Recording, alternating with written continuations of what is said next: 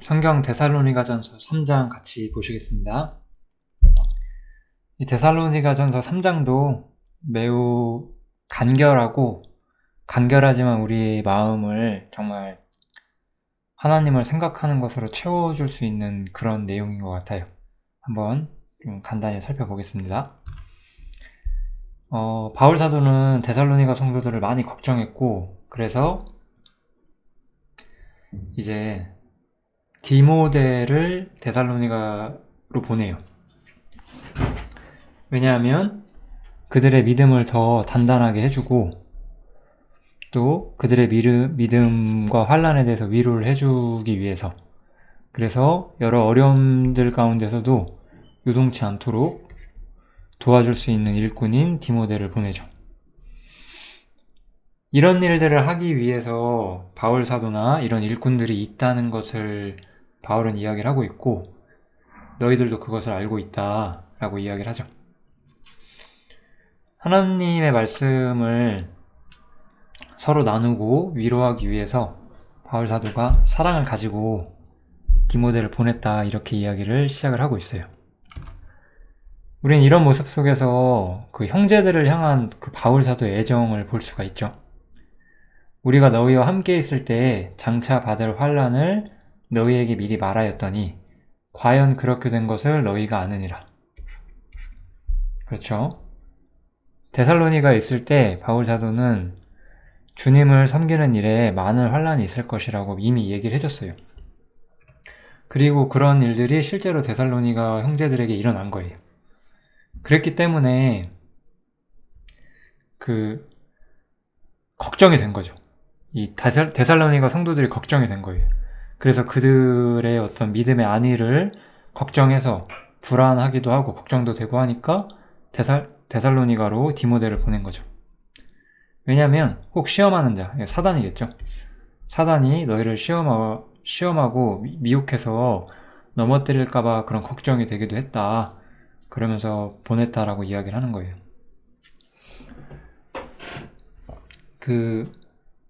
어떤 믿음의 압이 되고 스승되고 어떤 지도자 된 자로서 그 모든 개개인의 형제를 걱정하고 그들에게 애정을 베푸는 모습이 참으로 아름답다라는 생각을 좀 많이 하게 됩니다.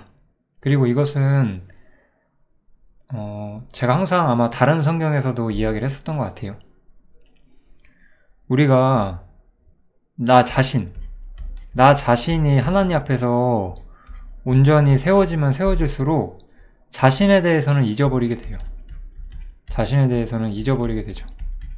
왜냐면 살든지 죽든지 내 안에서 존귀된 건 주님일 뿐이고, 궁핍하거나 혹은 풍부하거나 일체의 비결을 배우고 그렇게 되는 게 당연하거든요. 그럼 우리가 이제 신앙에 성장한 사람들이 어떤 게 가장 많이 나타나느냐, 우리가 이것을 생각을 해봐야 되는데, 우리의 신앙이 자라면 자랄수록 사람은 신앙이 성장하면 성장할수록 그들의 마음이 다 형제들에게 가 있어요. 사실 교회에 가 있는 거죠. 교회라는 조직 시스템에 가 있는 게 아니라 교회에 있는 형제들에게 가 있는 거예요. 이것이 바로 우리가 성경에서 볼 수 있는 주님을 가장 사랑했던 사람의 어떤 모습이라고 할 수 있죠. 우리는 세상에서 가끔씩 자신이 속한 조직에 어떤 충성을 바치는 그런 사람들을 볼 수 있죠. 우리는 조직에 충성하는 게 아니잖아요. 우린 교회라는 조직에 충성하는 게 아니죠. 교회라는 것은 사실상 나와 함께 똑같이 주님을 믿는 형제들이고, 그들의 안위가 나한테 굉장히 중요한 문제가 되는 거죠. 이런 마음을 이렇게 공감을 하실 수 있으면 정말 좋을 것 같아요. 저는 예전부터 제가 형제님들께 많이 이야기했었잖아요.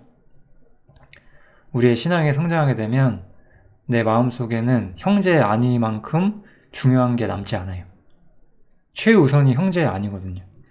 이것은 이제 바울 사도의 영성이 정말 최상의 상태에 있었다는 것을 우리가 볼 수 있고, 우리도 또한 이런 사람들이 되기를 바라야 될 거예요. 그리고 디모데를 통해서 이제 기쁜 소식을 받았어요.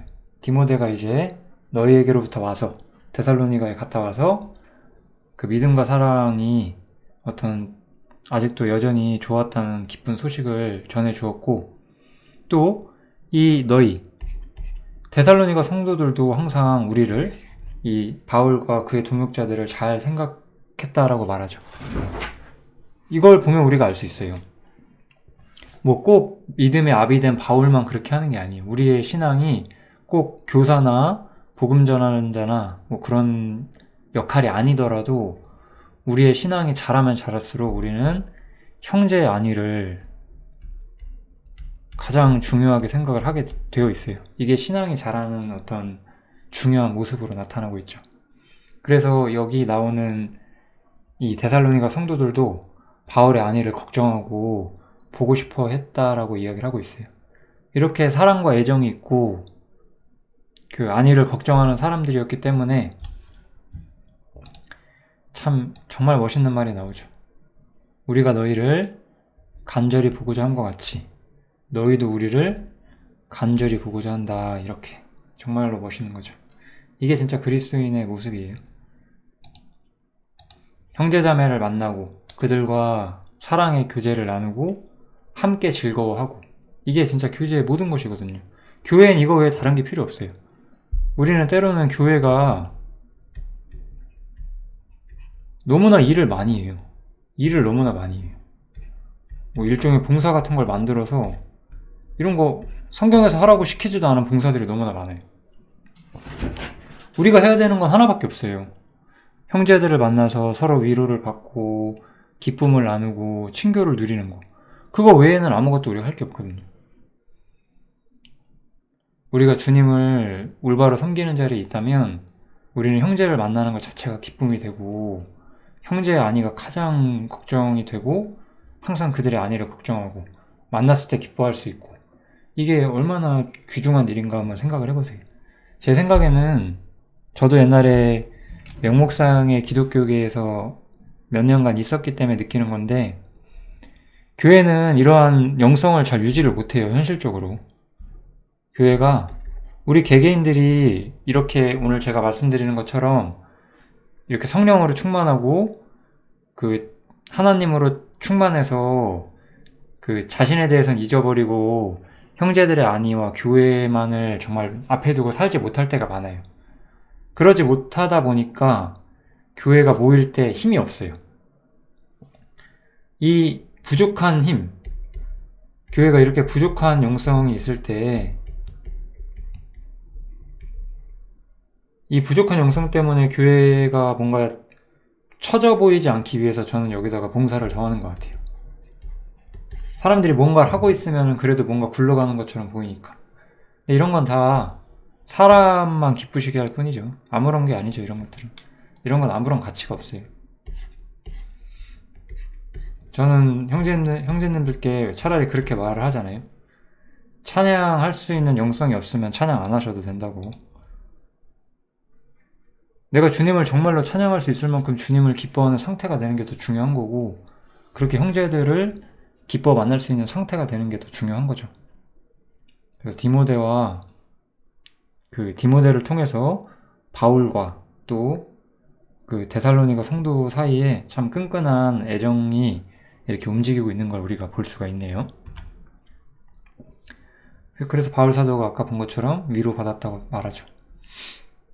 그래서 우리가 모든 궁핍과 환난 가운데서 바울 자신의 삶은 어땠어요? 자신의 삶은 어려웠어요.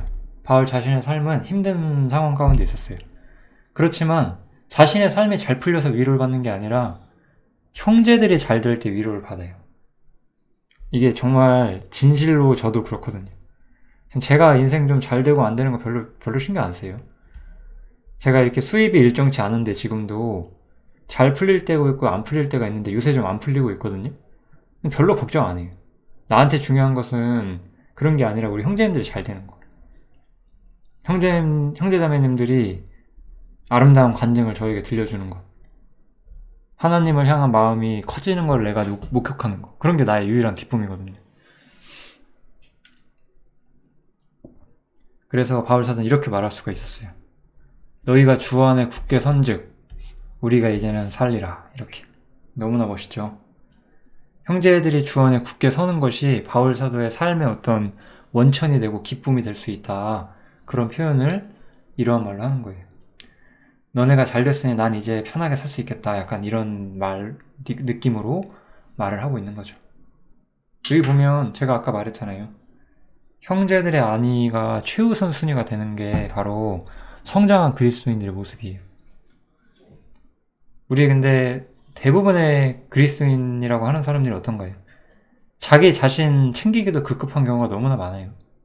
왜냐하면 하나님께 충분한 비피충을 받지 못하고 혹은 사실상 많은 사람들이 이미 예배가 훼손된 상태에서 무의미한 교회 생활을 하고 있는 분들도 많고 그런 분들도 이런 거는 실제로 얻지 못하죠.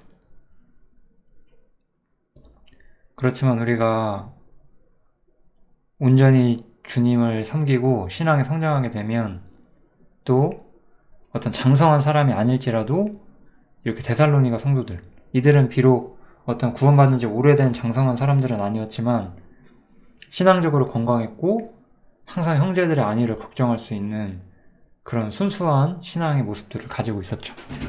그래서 바울 사도는 그들에게 위로를 받은 거예요.